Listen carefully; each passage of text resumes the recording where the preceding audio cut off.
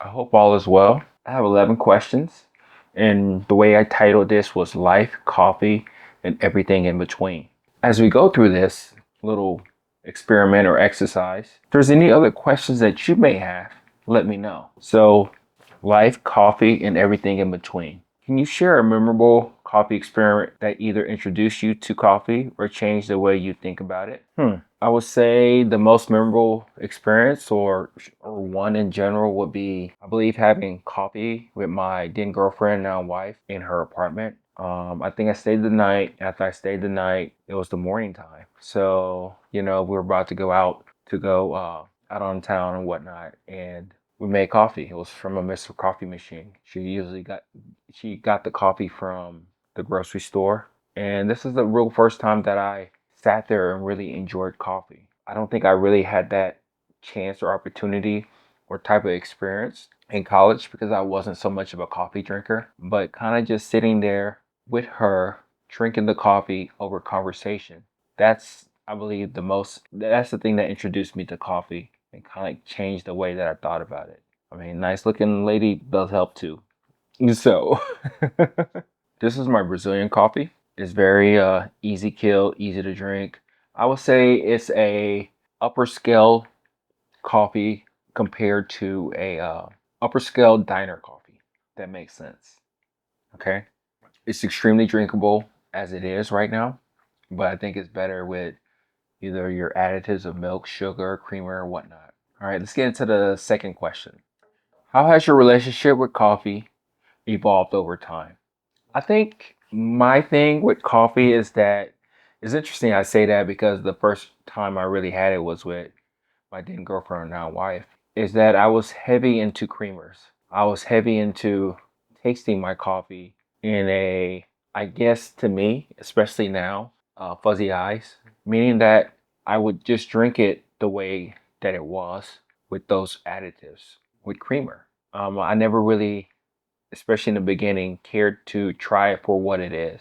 And then over time, I have enjoyed it quite a bit with it just being as pure as day, as black as can be. This coffee in particular is a 1 to 15 ratio, 20 grams of coffee in, and 350 grams of of water inside of the vessel in a Hario B60. And then also one of the things that I've noticed with myself in particular is that I would I would I would gravitate to light roasts more than anything. And it was cool, it was interesting, all that good stuff, but after time, light roast just really didn't do it for me. It was too vegetable. It was too bright. It was too one-dimensional. It really didn't have any character or taste. I wonder with the grinders that I have now that I've been able to actually taste coffee for what it is, I can get back to the roots of seeing if I like light roast again. But I am more of a medium roast to dark roast person, and I mainly drink it black. So I think that's how it's evolved and changed. And just like in the beginning, I think I'm so much also quick to like be done with a coffee a lot faster. I try to brew it so many different ways in order to savor it a little bit more. But I'm trying to slow down as much as I can, if that makes sense. So that's more so how I'm different now. I tend to enjoy coffee in a way to where I'm just trying to see what it is that it can do for me, and also just sit here and just relax and enjoy it. That's what we're going to be doing. So, what does coffee mean to you in your daily life? Is it a ritual, necessity, or something else? It's definitely a ritual. It's the thing that I think about, especially in the morning after I work out. It's a big deal because it sets my day. It sets my mood, and it's kind of interesting letting this beverage, this thing, have so much weight and control over me. I mean, hell, I'm a coffee roaster now too. So it's kind of interesting, kind of just thinking about it out loud and how it does really shape and start my day. And yeah, there's been times, of course, that I don't start with coffee or I don't have coffee. That's very rare. But it's the way that it really centers me. It gives me that time to like think, contemplate about the day ahead, things that I have to do, things that I want to do, people I'm going to interact with, things like that. So those are some of the things that coffee does that for me. And a lot of times when I drink coffee, I like to let it start hot and then of course cool down because it changes. Just like people. So that's that. That's my answer. How do you feel about the smell of coffee compared to the taste? Do you find one more appealing than other? And that's question number 4. I already did a video and I actually wrote a book about this. It's called It Smells Better Than It Tastes. And a lot of times the thing about it is that I really do love the smell of coffee. I'm sure you do. That's the first thing that you really do smell. And there was a time where the taste of coffee was more memorable and impactful to me than the taste of it. So yeah, I think the taste at times has has really, I don't know, it's very elusive. The taste, the love of the taste of coffee is very elusive. And unfortunately, at least right now, I don't I'm chasing it. I'm trying to gather it back again. And at times, a lot of times too, is that I tend to not want to smell coffee because of the letdown that I think that it has. But again, like I've said earlier, is that I believe these grinders will paint a different picture of the true essence of what I'm tasting. And it could be my electric grinder that I use on a daily is not what it is. So the smell of coffee is still top tier for me.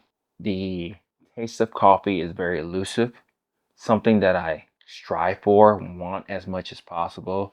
I get more of the excitement of taste of coffee in a medium roast. Sometimes in a dark roast, depending if the coffee is fruity actually. In a light roast, not so much. And like I said earlier, I'm looking forward to reintroducing myself back to those type of coffees, especially with the grinder that I have.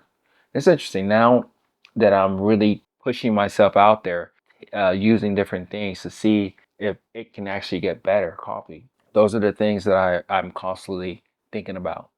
So that's that. Number 5. Is there any particular coffee or brew method that you feel represents you best and why? It's the Hario V60. All day, every day, all the time. I don't know when I was actually formally introduced to it. I went from the Mr. Coffee machine to the French press, and I think that's when I started to really evolve myself, get into the whole thing of the Hario V60 switch. It wasn't an easy brewer. It's still not an easy brewer to use, depending on the coffee, depending on the grind size, depending on the roast degree, depending on the filters. You're probably going to get a lot of different types of coffees, and that's what I brewed this one on. And I think it's probably slightly on the bitter side, so I probably over extracted it in some way. But it's the one that keeps me up thinking about like things that I can do better with. There are other brewers that are like it, that can be like it, but something about a cone-shaped brewer that can be very rewarding if you get it right. It just really works. I like the simplicity of it too. I like how you just can't do whatever the hell you want with it. There's been times where I'll go in, to work or whatever, and I'll come back and my prepared, at least give my wife the coffee. And every time I look at her brews, it looks horrible. You can see that the coffee's on the ridges and everything like that, on the walls or whatnot. And in the middle of it, it's just perfectly shallow. There's nothing there. And I'm sure that she thinks that her coffee is great to her. I mean, she puts milk and sugar on it, but the amount of like intensity and care and like awesomeness the coffee is when you actually get it right, or even just do a couple different recipes and techniques, I think that's where it really shines. So the Harder B60 switch, that's my jam, that's my thing. And now that I can play around with different things like the immersion brew and all that with the Harder B60 switch, I don't know if there's any other brewer I need. You can also put like it's somewhere around here. You can put the like the Cleat Wave filter on there, perfectly fine, no problems. You could put the Chemex filter on it. It's very versatile. It's just amazing. And then they make special different filters for it, like the fast filters, the slow ones, and the regular ones. And I'm still trying to get used to the fast ones. Certain applications it does work, but it's just an awesome brewer. It's like So versatile. It's not as forgiving. You have to pay attention. I think that's the reason why I like it too. You have to pay attention to your brew. You have to hone in, see what you're doing, making sure that your technique and brew ratios, and then the way you pour, if you're gonna stir, which I don't recommend, but whatever, we'll talk about that another time. You have to pay attention, and I think that's the beauty of the Hario B60 switch. Full concentration to make sure that you don't fuck up your cup. And you probably still mess it up even though you do things right. But that's the beauty of making coffee. So, yeah. Question number 6. What's your go-to coffee order, and does it change depending on where you are or where you're with or who you're with? I think I'm referring to probably when I go to cafes, which are not as much now, but I think it's going to happen a lot more. But my go-to, especially depending on the coffee shop, if it's espresso based, which a lot of them are, I would say, well, there's two orders. Well, one would be just black coffee. I want to see what the coffee tastes like. And kind of secretly, I like to analyze the coffee for what it is to see how it does compare to the coffee that I usually roast for other people. That's kind of like where my thing is to kind of like analyze it for what it is, you know? So that's my thing. That's my jam. And a lot of times, yes, I am disappointed, but it gives me a different perspective. It gives me a different take of what people are actually drinking out there and why they like what they like, so to speak. Yeah, I totally over extracted this coffee. Could be a lot better, a lot more smooth, but it's not. But that's okay. That's how coffee is sometimes. So I think next time I'll go ahead and go a little bit coarse on the grind or probably use a fast filter or whatnot. So if I was gonna do espresso, oh, it won't be espresso. It'll be a macchiato. Just love them. Just perfect size, just some espresso shot and then foam at top, a little bit of milk at the bottom that goes seeps through. It's the perfect warm hug. It really is, you know. So that's my go-to. Those two drinks mainly. I did two. So there we go. What's yours? Can you share a special moment with coffee, whether it was shared with someone or brought you personal comfort? It's question number 7. Huh. Can you share a special moment with coffee? Huh. I think one of the special moments that I've had with coffee was when I actually tasted sweetness in coffee. That was my old purveyor. I don't think I will probably get from them again. We'll just see how things work out. But I actually recently just switched to another one. But they have all these marketing talks about the coffee and how awesome it is and the farmer and all that crap, which is fine. That gives me an understanding or paints the picture of what I'm probably going to get myself into as I roast the coffee and brew it and whatnot, and to see if I can probably get more so what they're saying.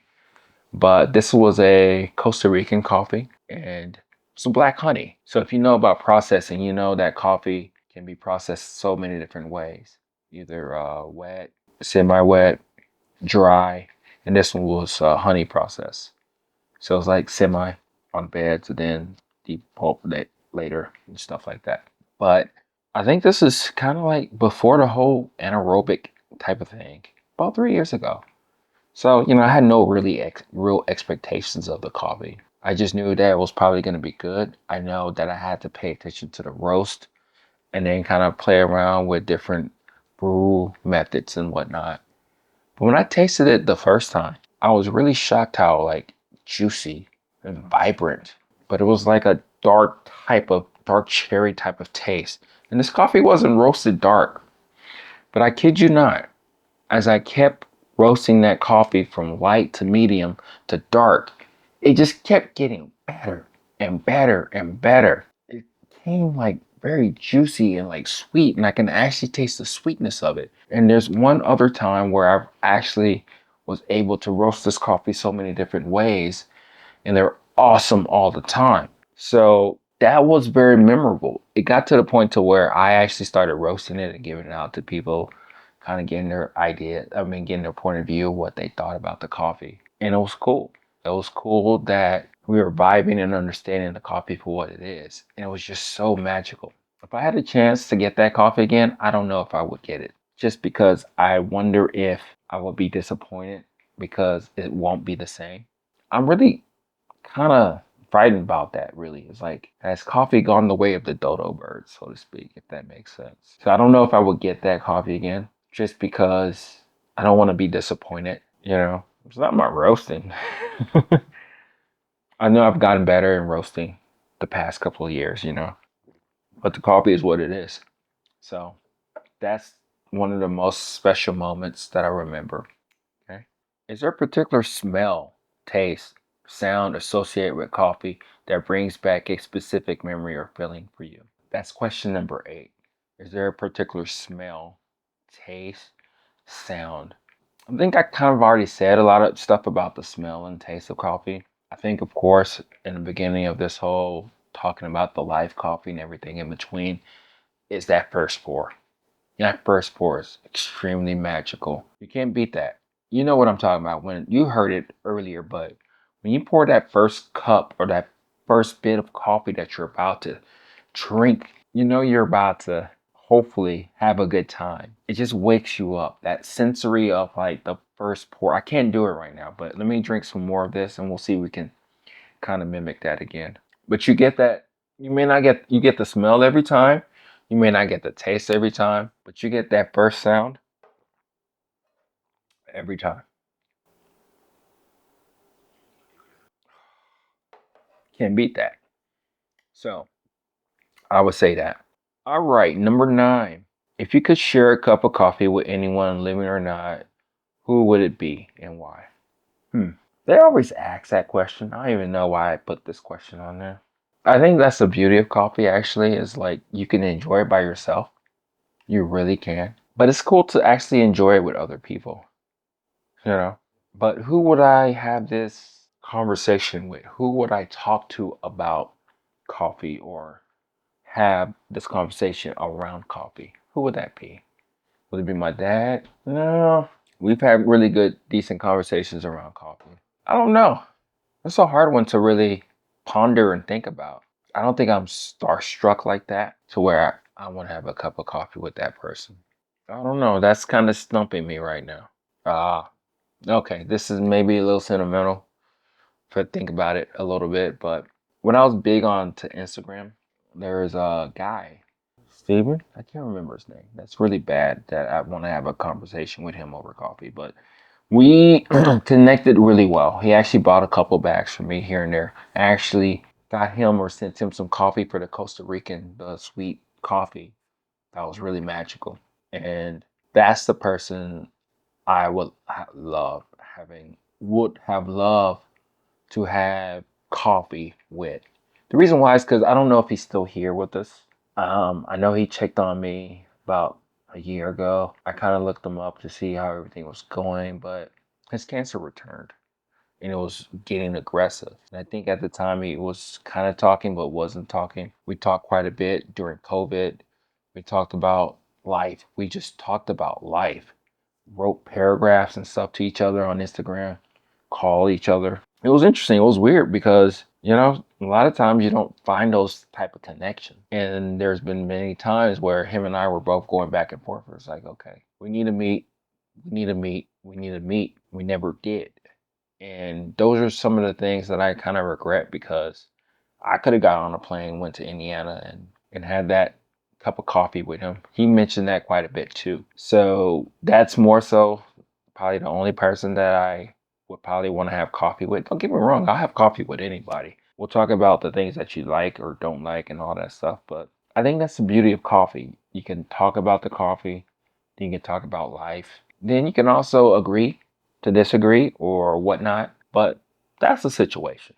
I think that's kind of like where I'm at with this. Yeah.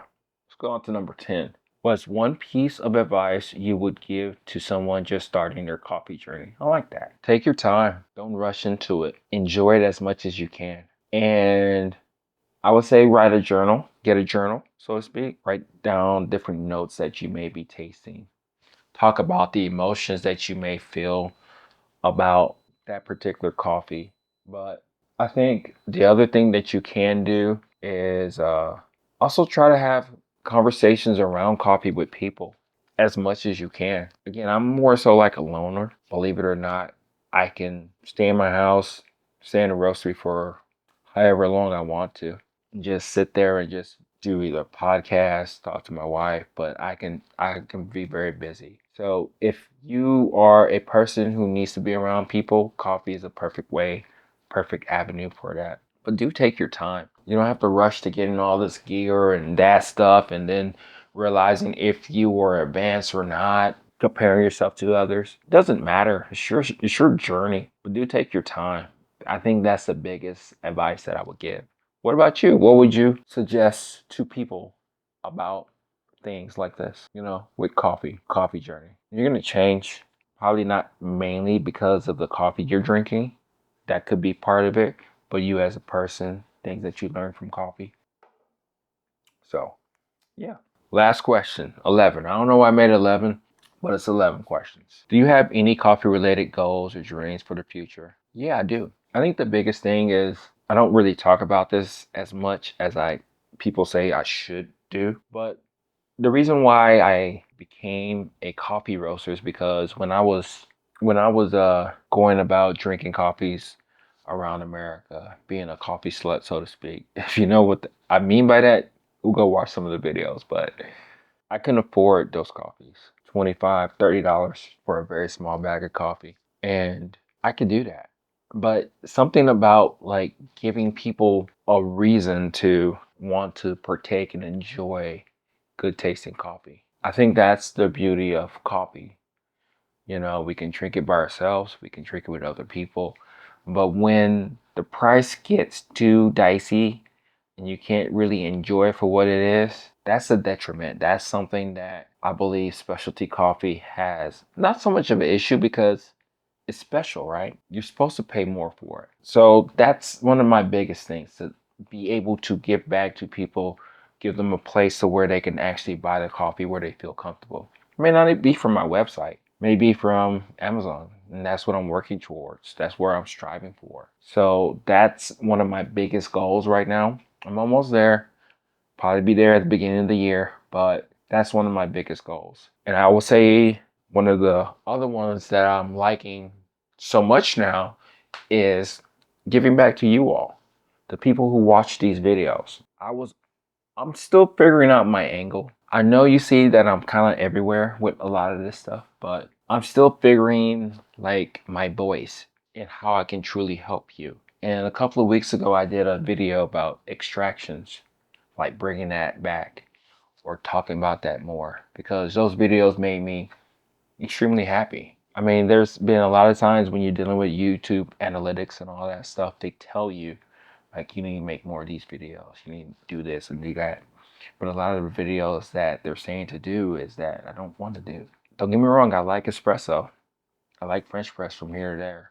But that doesn't excite me as much as like pour over type of extraction videos, immersion type of extraction videos, or whatever else that comes up with this YouTube thing. And at first I thought it was a mix between brewing and roasting coffee, but it's not. Yeah, if you have any ideas or things that you want me to tackle, just let me know. But it's not about roasting, it's about brewing. It's about actually enjoying the cup of coffee.